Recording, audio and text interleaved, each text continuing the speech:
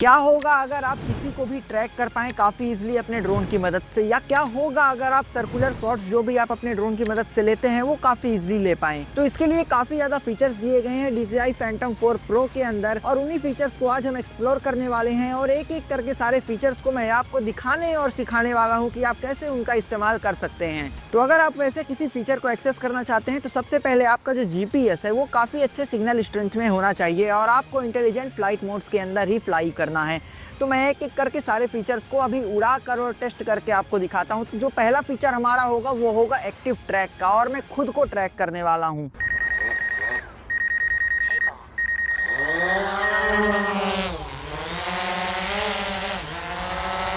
तो गाइस यार, यहाँ पे मैं जो अपना एक्टिव ट्रैक है उसे चालू करने वाला हूँ। तो मैंने एक्टिव ट्रैक पे क्लिक कर दिया और अभी मुझे कैमरे के सामने जाना है जो अपने ड्रोन का कैमरा है। तो यहाँ पे हमारा जो एक्टिव ट्रैक है वो चालू हो चुका है, और जैसे मैं पीछे जाऊंगा, जैसे मैं मूवमेंट कर रहा हूँ गाइस, आप उस देख सकते हैं उसी तरीके से हमारा ड्रोन भी आगे की तरफ आ रहा है और मूवमेंट कर रहा है। और जैसे ही मैं थोड़ा साइडवर्ड जाने की कोशिश करता हूँ, आप देख सकते हैं हमारा ड्रोन जो है खुद ब खुद वो भी रोटेट हो रहा है कुछ इस तरीके से। और एक्टिव ट्रैक के अंदर जो है हमारा बैक ट्रैकिंग, यानी हमारा ड्रोन पीछे भी जा सकता है अगर वो एक्टिव ट्रैक कर रहा है, तो उस ऑप्शन को मैंने ऑन कर रखा है। तो ये था हमारा जो है एक्टिव ट्रैक फ्लाइट मोड। अभी इस फ्लाइट मोड को हम एग्जिट कर देते हैं। दूसरा हम कर रहे हैं ड्रॉ। तो हमें एयरक्राफ्ट को कमांड देना है कि वो किधर की तरफ फ्लाई करना चाहता है। तो पहले मैं इसे ओके कर देता हूँ, और जो अपने एयरक्राफ्ट को है मैं हाइट दे देता हूँ, और इसके कैमरे को हम करते हैं सीधा। काफ़ी छोटे एरिया के अंदर मैं ड्रॉ करने वाला हूँ।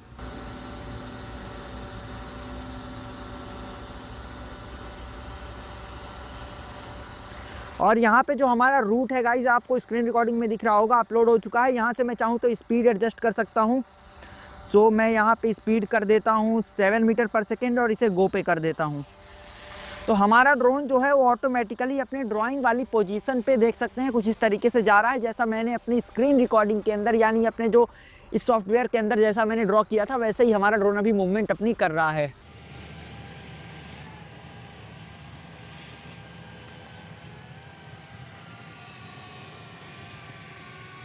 इसे पहले तो हम क्रॉस कर लेंगे। तो जैसे ही मैं ट्राइपॉड मोड के अंदर क्लिक करता हूँ तो यहाँ पे होता क्या है, ट्राइपॉड मोड के अंदर हमारी जो सेंसिटिविटी है वो काफ़ी ज़्यादा कम हो जाती है, यानी कि आपका जो ड्रोन है काफ़ी नॉर्मल मूव करेगा ताकि आपको काफ़ी ज़्यादा स्टेबल शूटिंग देखने को मिले। अभी आप इसकी देख सकते हैं सेंसिटिविटी जो है काफ़ी ज़्यादा हाई है।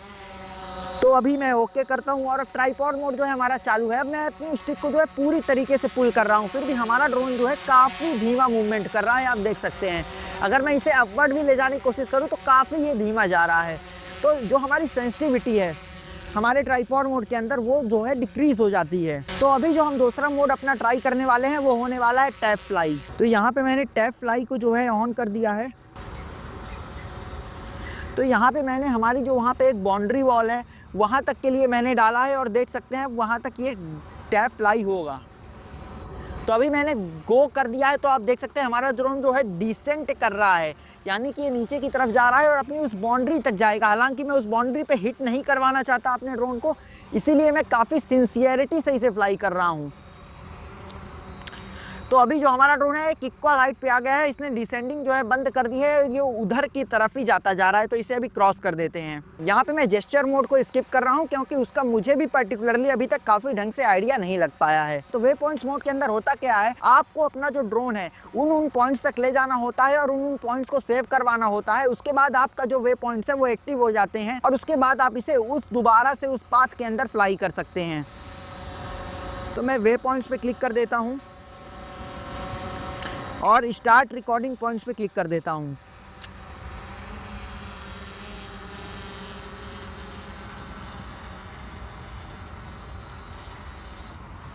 तो यहाँ पे रिकॉर्ड C1 पे हमें क्लिक करना है। हमारा पहला वे पॉइंट रिकॉर्ड हो चुका है जो कि हमारे हेड के ऊपर है। अब हम इसे थोड़ा आगे ले जाएंगे,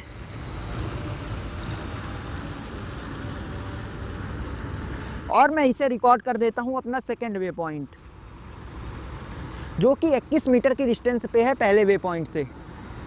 अब इसे हम थोड़ा और दूसरी पोजीशन पे ले जाएंगे। एक्चुअली मैं यहाँ पे 4 वे पॉइंट्स को सेव करने वाला हूँ। सो यहाँ पे हम अपना जो है तीसरा वे पॉइंट सेव कर देते हैं और उसके बाद इसे हम पीछे लेते हैं। और ये हमारा हो चुका है चौथा वे पॉइंट। और अगेन से इसके अपने हेड के ऊपर ला करके मैं यहाँ पे जो है फिफ्थ वे पॉइंट को सेव कर चुका हूँ। और यहाँ पे अभी हमें डन कर देना है। करंट एल्टीट्यूड जो है हमारा वो है 19 मीटर का। आपको जो रिटर्न टू लॉन्च का एल्टीट्यूड सेट है, आप रिटर्न टू लॉन्च का एल्टीट्यूड यहाँ पे एडजस्ट कर सकते हैं कि अभी आप अपना रिटर्न टू लॉन्च का एल्टीट्यूड क्या रखना चाहते हैं। तो मैं जनरली 40 रखना चाहता हूँ, तो मैं इसे अप्लाई कर देता हूँ। अब हमारे वे पॉइंट्स अपलोड हो चुके हैं। तो ये हमारे जो वे पॉइंट्स को है हमारा ड्रोन फॉलो कर रहा है अभी।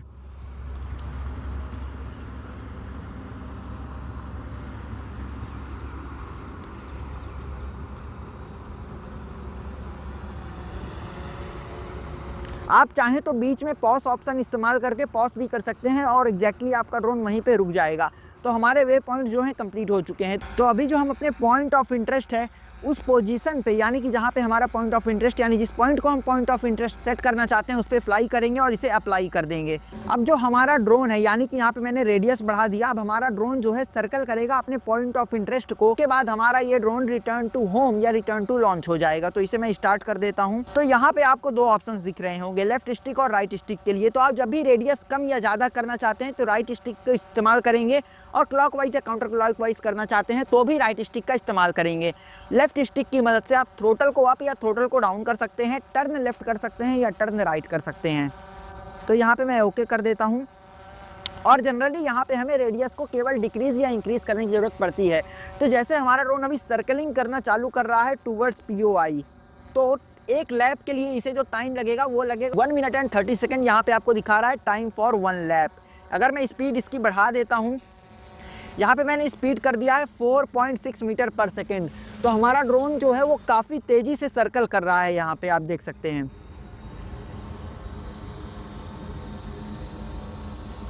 अभी अगर मैं इसके रेडियस को बढ़ा दूं, स्टिक की मदद से मैंने अपने जो है रेडियस को बढ़ा दिया है, तो अभी ये ड्रोन थोड़ा आउटर सर्कल में चला गया है, यानी कि इसका रेडियस बढ़ गया है, 24 मीटर का रेडियस हो गया है। तो ये आउटर सर्कल के अंदर जो है सर्कलिंग कर रहा है। अगर मैं इसके रेडियस को घटा देता हूँ,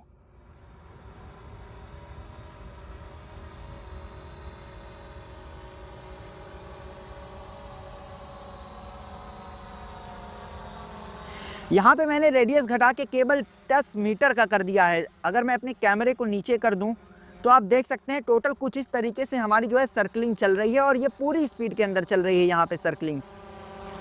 और रेडियस को अगर फिर से आउट करें तो यहाँ पे जो हमारा है सर्कलिंग का एरिया बढ़ जाएगा। तो जब भी हम किसी भी शॉट को लें, यानी कि ड्रोन से किसी हम सर्कुलर शॉट को लेना चाहें, तो हम इस तरीके से रेडियस एडजस्ट करके और इस मोड का इस्तेमाल करके, इस फीचर का इस्तेमाल करके काफ़ी आसानी से इसे कर सकते हैं। तो अभी मैं इसे पॉज कर देता हूँ और यहाँ पे क्लोज कर देता हूँ इसे। तो कोर्स लॉक फ्लाइट मोड के अंदर होगा क्या, तो अभी जैसे मैं स्टिक को आगे की तरफ मूव करता हूँ तो हमारा ड्रोन आगे की तरफ मूव होता है। पर अगर इसे मैं रोटेट कर दूँ और अब आगे की तरफ मूव करूँ तो इसका जो डायरेक्शन है मूवमेंट का वो काफ़ी ज़्यादा चेंज हो जाता है। पर जैसे ही मैं कोर्स लॉक को अप्लाई कर देता हूँ, अब जैसे मैंने यहाँ पे कोर्स लॉक को अप्लाई कर दिया, अब मैं इसे ऐसे मूव करूँगा तो ये आगे ही जाएगा। और जैसे अगर मैं इसे एक ही पोजीशन पे घुमा दूँ, क्लॉकवाइज या एंटी क्लॉकवाइज, फॉर एग्जांपल मैंने इसे घुमा दिया, तो भी ये अगर मैं इसे स्टिक को आगे की तरफ करूं तो इसकी मूवमेंट जो है सेम ही रहने वाली है। ये कुछ हद तक सुपर सिंपल मोड और सिंपल मोड जो कि हमें पिक्सॉक या APM या मिशन प्लानर में दिखते हैं उस तरीके से है। तो यहाँ पे हम टेरेन फॉलो को चेक करने वाले हैं। तो मैं टेरेन फॉलो को ओपन कर देता हूँ। तो जैसे भी कोई भी टेरेन आएगा तो हमारा जो एयरक्राफ्ट है वो ऑटोमेटिकली ऊपर की तरफ मूवमेंट करने लगेगा। अभी मैं इसको नीचे कर देता हूँ। और यहाँ पे टेरेन के लिए हमें कुछ पहाड़ वगैरह नहीं मिला, तो ये जो हमारा टीला रखा हुआ है उसको हम इस्तेमाल करने वाले हैं। हालांकि ये काफ़ी छोटा है, पर देखते हैं शायद वर्क कर जाए। अभी यहाँ पे टेरेन जो है काफ़ी अच्छा विजिबल है। अब देखते हैं, इसे स्टार्ट करते हैं। अब मैंने टेरेन फॉलो को स्टार्ट कर दिया है। अब मैं आगे की तरफ अगर बढ़ाता हूँ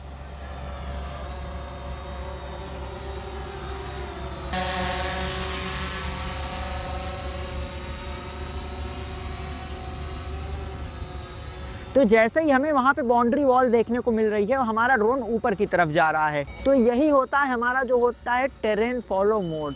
उम्मीद है कि आपको ये सारी चीज़ें समझ में आ गई होंगी, सारे मोड्स का इस्तेमाल कैसे करना है। मिलते हैं किसी नए वीडियो में किसी नए टॉपिक के साथ, तब तक के लिए गुड बाय।